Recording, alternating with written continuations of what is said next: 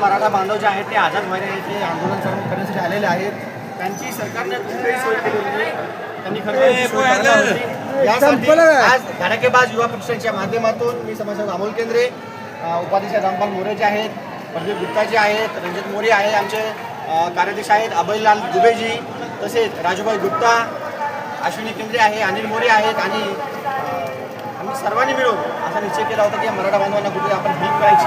म्हणून आज आम्ही 2,500 ते 3,000 लोकांचं तिथे नाश्ता आणि पाणी सर्व व्यवस्था करून त्याला घेऊन आलो, तर वाटपही केलं.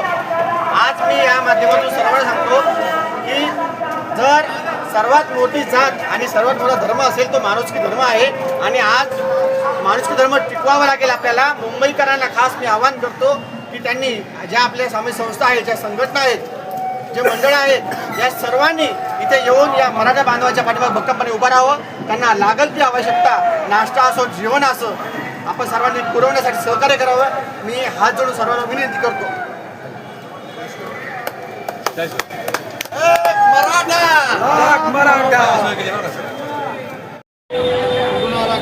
आणि धाराशिवरून आलो होतो. आम्ही 3 दिवस आले आलो होतो. आम्ही आमचे खायचे राहायचे सगळे वांदे झाले, पावसाचे चालू आहे. तिथं प्रशासनाने कुठलेही राज्य सोय केलेली नाही.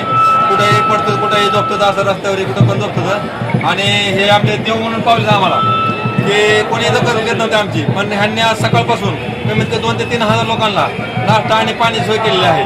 त्यामुळे ह्यांचा आम्ही मानावे आभार. किती मानव एवढे उपकार आहेत, आमचे मोठे उपकार मराठा बांधवांचे.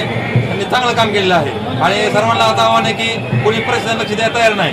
की सर्व असे म्हणतात असं की सर्व मंडळांनी मराठा बांधवांना सहकार्याचे करण्याचे काम करावे हीच विनंती सगळ्यांना. जय